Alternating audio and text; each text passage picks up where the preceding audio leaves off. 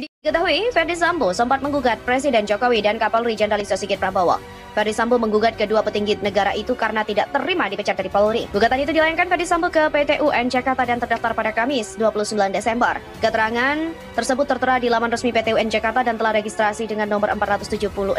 Dalam gugatannya, Ferdy Sambo mengajukan 4 permohonan kepada Majelis Hakim, diantaranya pertama mengabulkan semua tuntutannya, yang kedua meminta PT UN membatalkan atau menyatakan keputusan Presiden Republik Indonesia nomor 71 tahun 2022 tentang pemberhentian tidak dengan hormat perwira tinggi Polri tanggal 26 September sebagai kebijakan tidak sah. Ketiga, memerintahkan Kapolri Jenderal Listio Sigit Prabowo sebagai tergugat 2 untuk menempatkan dan memulihkan kembali semua hak-hak Ferdy Sambo sebagai anggota Polri. Terakhir, keempat, Ferdy Sambo meminta PT UN menghukum Jokowi dan Jenderal Listio Sigit secara tanggung renteng membayar biaya perkara yang timbul dalam perkara ini. Ferdy Sambo menggugat Presiden Joko Widodo dan Kapolri Jenderal Listio Sigit Prabowo ke Pengadilan Tata Usaha Negara Jakarta perihal pemecatannya sebagai anggota Polri. Gugatan Ferdy Sambo ke PT UN Jakarta itu mendapat respon dari Polri pada Kamis 29 Desember 2022. Kadif Humas Polri Irjen Pol Dedy Prasetyo mengatakan, gugatan itu merupakan hak setiap warga negara yang dijamin konstitusi.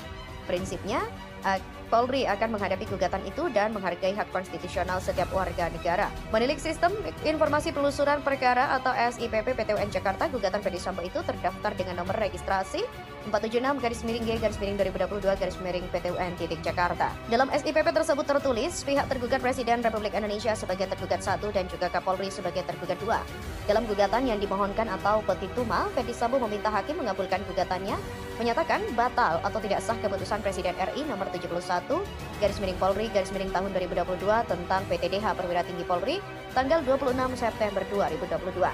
Terkait gugatan PT UN yang dilakukan oleh saudara Ferdy Sambo kepada Presiden Joko Widodo dan Kapolri, Kompolnas menganggap gugatan tersebut mengada-ada.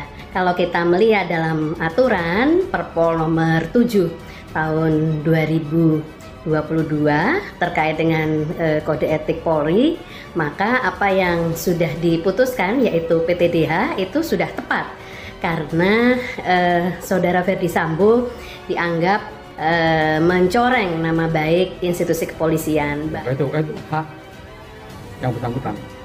Secara substansi di Polri, ya keputusan PTDH itu bersifat final dan mengikat. Tidak ada upaya hukum lagi di Polri. Ya kalau misalnya dia melakukan gugatan itu haknya mereka, silakan aja, nggak ada masalah. Nah, substansi kita tetap ya, sebagai naruh Kapolri itu sudah kita jelaskan dan sudah kita tegaskan untuk proses persidangan semuanya bersifat kolektif kolegial, itu lainnya adalah PTD.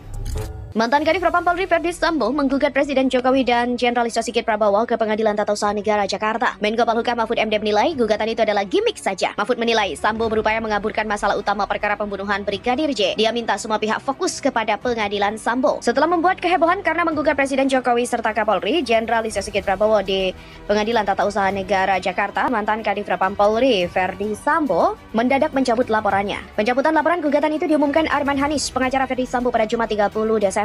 Secara resmi, kliennya memutuskan mencabut gugatan di PT UN terhadap keputusan Presiden Republik Indonesia nomor 71 tentang pemberhentian tidak hormat perwira tinggi Polri tanggal 26 September 2022.